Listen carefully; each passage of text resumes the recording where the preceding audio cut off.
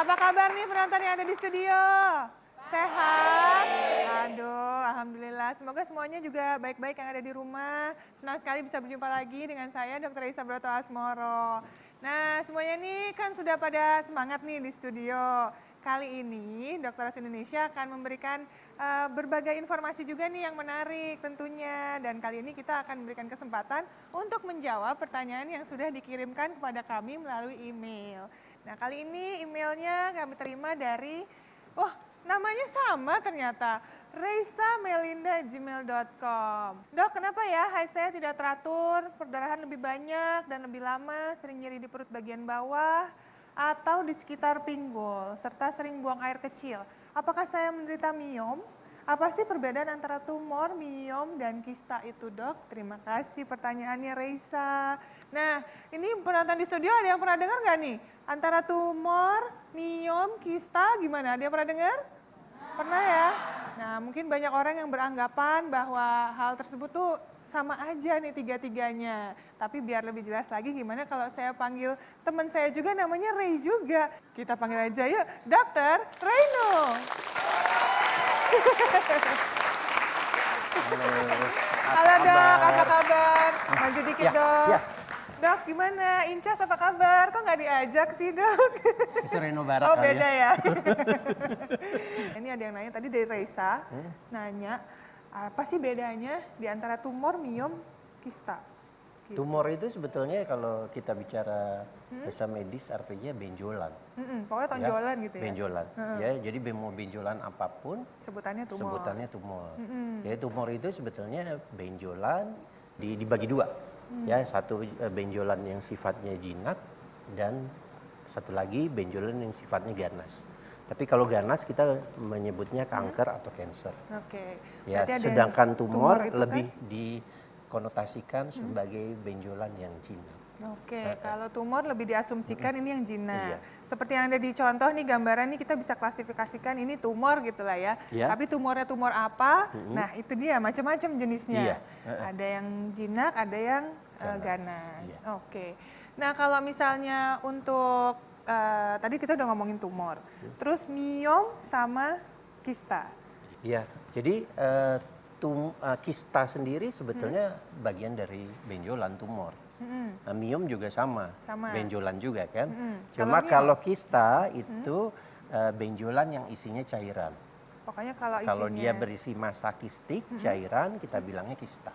kista. Tapi kalau berisi tumor padat, ya kita bisa bilangnya sebagai miom. Atau tumor jenis lainnya. Iya, tumor jenis lainnya. Tapi kalau miom lebih spesifik adalah tumor padat yang berasal dari otot dindik rahim. Itu spesifik untuk Spesifik miom. untuk miom. Ini ada yang penasaran nggak sih ini bentuknya kayak apa sih sebenarnya? Boleh nggak saya dibawakan peraganya kemari? Boleh. Nih. Kayak ini adalah organ reproduksi wanita. Mungkin dijelasin dulu nih, banyak nih yang masih mahasiswa bingung apa sih emang isi kita kayak gini ya? Jadi ini kan cuma gambar besar atau diperbesar ya. Sebetulnya organ reproduksi wanita itu suatu alat yang tidak kelihatan dari luar, yang adanya di rongga panggul. Yes. Dan kalau perempuan itu tidak hamil, organ reproduksi ini cuma ukurannya sebesar lebih kurang telur ayam. Telur ayam ya. Jadi kecil sekali. Ini Ya, ada terdiri dari ini liang senggama, leher rahim, badan rahim, saluran telur, dan ini indung telur. indung telur. Lebih kurang. Terus kalau kita ngomongin soal miom dan kista, tentu punya lokasinya masing-masing. Iya. Karena asalnya juga tadi berbeda. Ya, ini badan rahim, ya. Jadi kalau kita bicara miom, ya memang asalnya berasal dari tumor otot dinding rahim. Oke. Ya, Jadi bisa lokasinya misalnya. lokasinya bisa di ya Sini, misalnya di atas ya. Pokoknya di ototnya Di ya. otot dinding rahim atau di dalam, atau memang berada di serviksnya, Bisa di bawah bisa di sini, di mulut ya, rahim. atau bisa di mana aja prinsipnya, bisa di sini. Oke. Ukurannya juga bisa bervariasi, ya. Bervariasi, ini cuma contoh. Jadi ukurannya kecil seperti biji kedelai kali, kedelai gitu. tapi bisa juga sampai sebesar bayi. Janin. Sampai berkilo-kilo ya? Berkilo-kilo. Sampai sangat besar. Kalau kista? Kalau kista sebetulnya dia biasanya tumbuh karena dia tumor jinak Jinak. yang berasal dari jaringan ikat longgar, ya biasa tumbuh di saluran telur bisa, atau yang tersering adalah di indung telur. Hidung telurnya. Iya.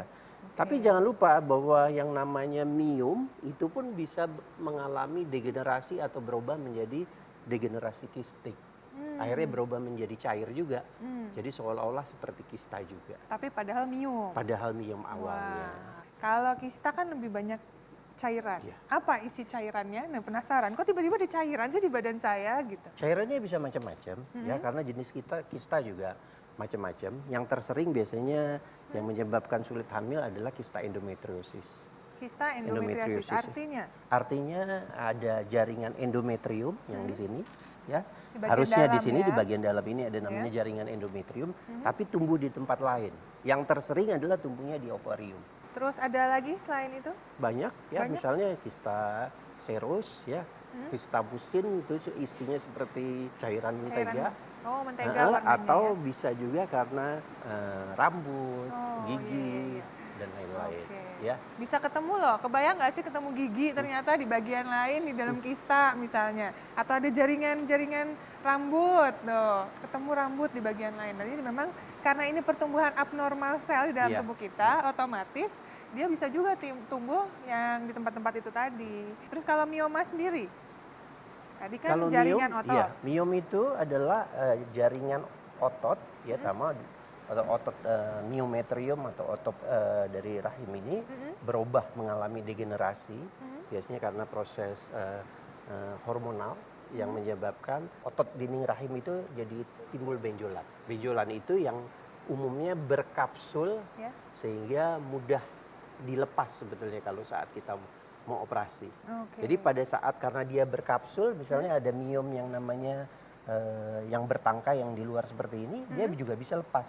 Oh, bisa lepas sendiri? Bisa lepas dengan sendirinya yang bisa ditumbuh di tempat lain. Wah, itu Ya, yang bahaya misalnya ya. ditumbuh di usus dan lain-lain. Nah, gejala awalnya apa nih yang harus misalnya kalau ada keluhan apa yang harus dipikirkan, ini sampai seseorang, ini jangan-jangan saya punya miom atau kista nih.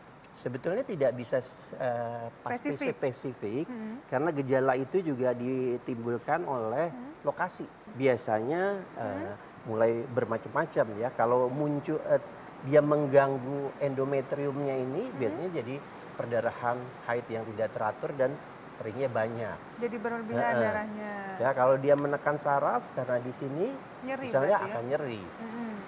Kalau karena terlalu besar hormonnya juga terganggu bisa keputihan yang banyak. Oh, jadi bisa bervariasi Bervariasi sebenarnya. sekali. Dan itu bisa diketahui sebenarnya seseorang ini mengidap miom atau kisma atau jenis tumor lainnya itu ketika periksa ke dokter kandungan dan kebidanan. Iya. Jangan lupa bahwa miom sendiri walaupun dibilang suatu benjolan yang jinak, tapi maksimal 1% bisa berubah jadi ganas juga. Oke, jadi tetap ada resiko Tetap ada keganasan risiko pada keganasan miom. pada miom kalau dia berubah bentuknya menjadi cair tadi. Lantas kalau itu terjadi pada ibu hamil gimana nih dok? Kalau pada ibu hamil, ya pertama harusnya ibu hamil itu sebelum hamil Udah udah periksa nggak ada duluan? dulu, udah periksa Oh, duluan, oke. ya.